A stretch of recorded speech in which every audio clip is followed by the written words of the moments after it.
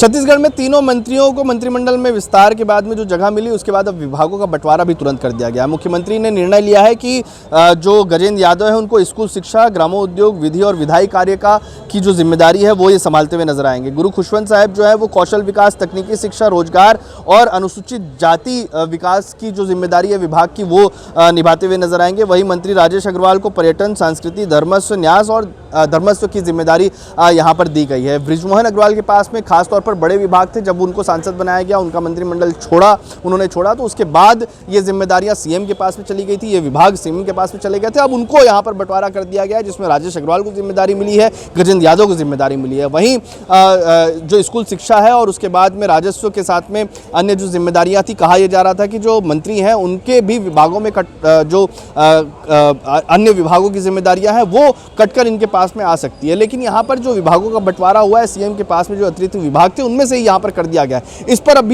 पूर्ण विराम लग चुका है कि जो रिशफल अन्य मंत्रियों के विभागों से हो सकता था, उनकी जिम्मेदारियां लेकर किसी दूसरे को दी जा सकती थी, उस पर भी अब पूर्ण विराम यहां पर लग गया है। देखिए, जातिगत समीकरण के साथ में यादव समाज को गजेंद्र यादव के रूप में एक मंत्री मिल गया।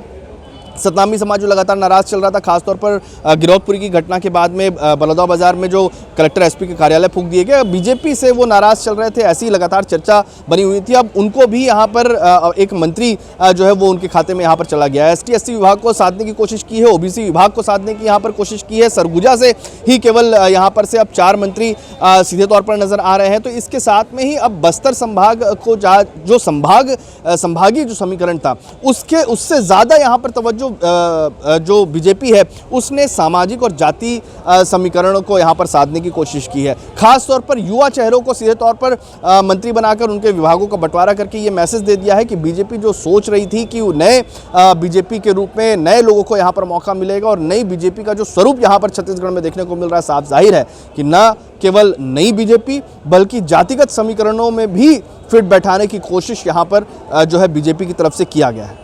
छत्तीसगढ़ से TV9 के लिए अमित मिश्रा।